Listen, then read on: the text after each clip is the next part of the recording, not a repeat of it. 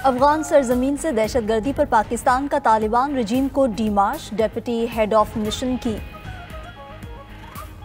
Camp पर दहशतगर्द हमले पर शदीद एहतजाज। खारजी गुल बहादुर ग्रुप की कार्रवाई की शदीद मसम्मत। तर्जुमान दफ्तर खारजा के मुताबिक तालिबान हुकूमत की जानिब से फितनल खवारिज की मुसलसल हिमायत और सहूलतकारी पर तशवीश का इजहार किया गया।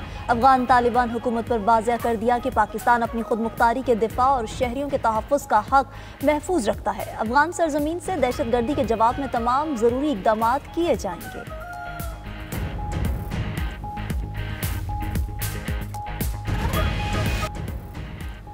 शेख हसीना वाजिद का तख्ता उलटने वाला तालिब इल्म रहनुमा उस्मान हादी ढाका में कत्ल भारत जिम्मेदार करार। बांग्लादेश भर में एक बार फिर भारत मुखालिफ मुजाहरे फूट पड़े।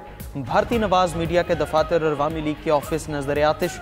मुजाहिरीन ने राजशाही में शेख मुजीब का बाई घर भी जला डाला। चिटागोंग में भारतीय मिशन की बिल्डिंग पर भी हमला, जलाओ घिराव और तोड़फोड़। ढाका के हादी स्क्वायर शाह बाग में नौजवानों का मरकजी धरना जारी। भारत के खिलाफ नारेबाजी का मोदी इंसानियत के जराइम का जिम्मेदार है।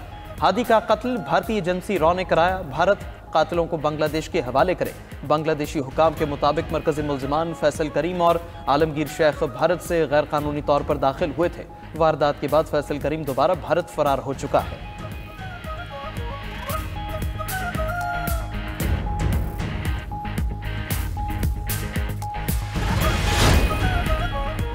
तलबा तहरीक के तर्जुमान उस्मान हादी की मैयत सिंगापुर से ढाका पहुंचा दी गई। नमाज जनाजा आज पार्लियामेंट के सामने अदा की जाएगी। उस्मान हादी को गुज़श्ता जुम्मे को ढाका में मोटरसाइकिल सवारों ने सर में गोली मारी थी। इलाज के लिए सिंगापुर मुंतकिल किया गया मगर जांबर न हो सके। हुकूमत का नौजवान सियासी रहनुमा के कत्ल पर आज यौम सोग का ऐलान। अबूरी हुकूमत के सरबरा मोहम्मद यूनुस ने उस्मान हादी के कत्ल को इलेक्शन सबोताश करने की साजिश करार दे दिया। मकतूल नौजवान रहनुमा उस्मान हादी साबिक वज़ीर आज़म शेख हसीना की माजूली की तहरीक के अहम रहनुमा थे। एहतजाजी मुजाहिरों को मुनज़्ज़म और सियासी इस्लाहात के मुतालबे में पेश रहे। हादी बांग्लादेश के अंदरूनी मामलात में मुदाखलत पर भारत पर भी खुलकर तनकीद करते थे। एक इंटरव्यू में कह चुके कि अगर वो कत्ल कर दिए गए तो फिर भी जिद्दोजहद जारी रहेगी।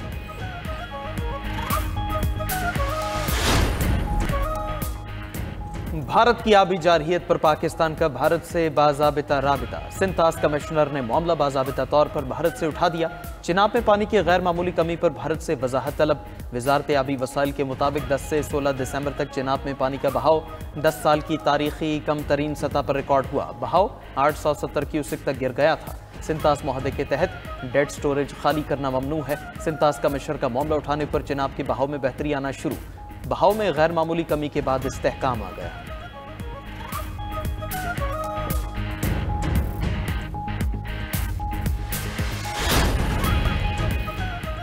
सेनेट की कायमा कमेटी बराए मवासलात के इजलास में वफाकी वजीर अलीम खान और सेनेटर परवशाह खान के दरमियान तलखलामी सख्त जुमलों का तबादला। सेनेटर परवशाह खान के सवाल पर वफाकी वजीर के इजहार नाराजी, सवाल को जाती तजलील करार दिया। सेनेटर परवशाह खान ने अलीम खान को मुखातिब करते हुए कहा, तुम हो कौन इस तरह की बात करने वाले? जिसके जवाब में अलीम खान बोले, आप लोग जात पर उंगलियां उठाते हैं, सारे जमाने के बेईमान यहाँ इकट्ठे हुए हैं, आप इज्जत करेंगे तो आपकी इज्जत हम करेंगे। कमेटी चेयरमैन और दीगर मेंबरान ने मुदाखलत करके इजलास की कार्रवाई आगे बढ़ाई।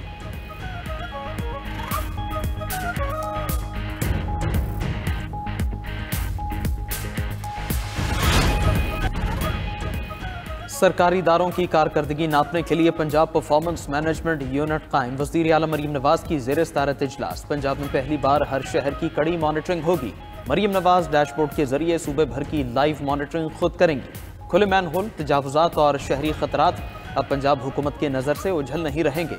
कमिश्नर, डिप्टी कमिश्नर और असिस्टेंट कमिश्नर की कारकर्दगी जांचने के लिए KPI डैशबोर्ड फाल।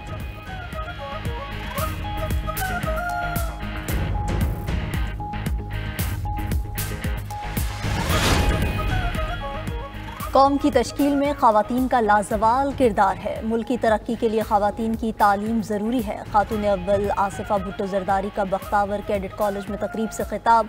बेनज़ीर भुट्टो ने हर बच्ची के लिए तालीम के दरवाजे खोले। ख़वातीन को बाइख्तियार बनाना शहीद मोहतरमा का विजन था।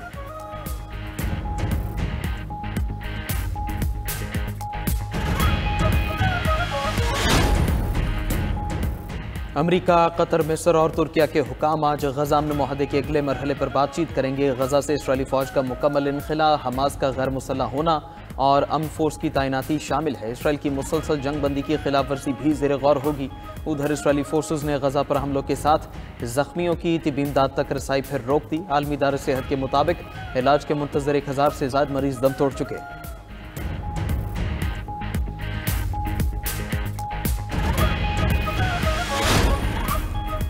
यूरोपीय रहनुमाओं का रूसी मुंजमद असासे इस्तेमाल करने पर इत्तफाक न हो सका। यूक्रेन को 2 साल में 90 अरब यूरो देने का फैसला। सरबराह यूरोपीय कौंसिल अंतोनियो कोस्टा का कहना है कि यूक्रेन को 2 साल में 137 अरब यूरो की जरूरत होगी। उधर अमरीकी वजीर खारजा मार्को रूबियो का कहना है कि सदर ट्रंप का मौक़िफ़ वाज़ेह है कि यूक्रेन वॉर हमारी नहीं दूसरे बरे-आज़म की जंग है।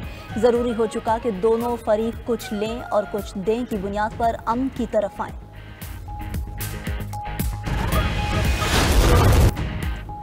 तुर्किया की नई मशीन गन का तजर्बा कामयाब, 2.5 लाख गोलियां चलाने का रिकॉर्ड बना दिया। कंपनी के मुताबिक मशीन गन की तैयारी में मुसल्लह फौज की ज़रूरियात को मद्देनजर रखा गया। 8 किलो वजनी मशीन गन ने कामयाबी से 40 टेस्ट पास किए।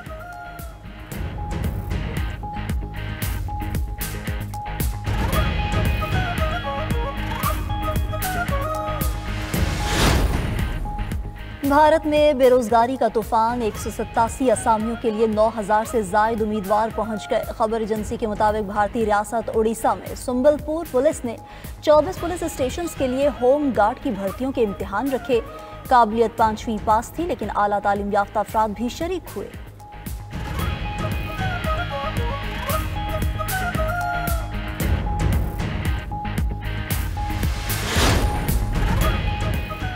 एक और साल गुजरने के करीब, मगर बलोचिस्तान के कारकुनों की हालत न बदली। 2025 में 100 के करीब कारकुन हादसात में जान से गए। कारकुनों की सिक्योरिटी के लिए कोई काबिल जिक्र सहूलत मैसर नहीं।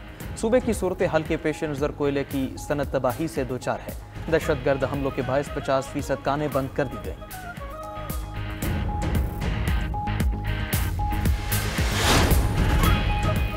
पाकिस्तान अंडर 19 एशिया कप के फाइनल में पहुंच गया। सेमीफाइनल में बांग्लादेश को 8 विकेटों से शिकस्त। 122 रन का हदफ पाकिस्तानी लड़कों ने बासानी 17वें ओवर में हासिल किया। समीर मिन्हास ने 69 रन की नाकाबिले शिकस्त इनिंग्स खेली। अब्दुल सुबहान 4 विकेटें लेकर प्लेयर ऑफ द मैच करार।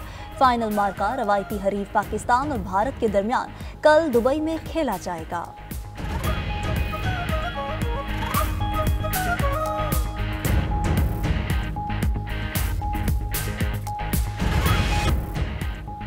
सऊदी अरब में मौसम दरिया की रानाइयाँ जारी। सदी अल वादी के नाम से खूबसूरत म्यूजिक नाइट का एहतमाम। अरब के मशहूर फनकारों ने परफॉर्म किया। शुरका म्यूजिक से खूब महसूस हुए।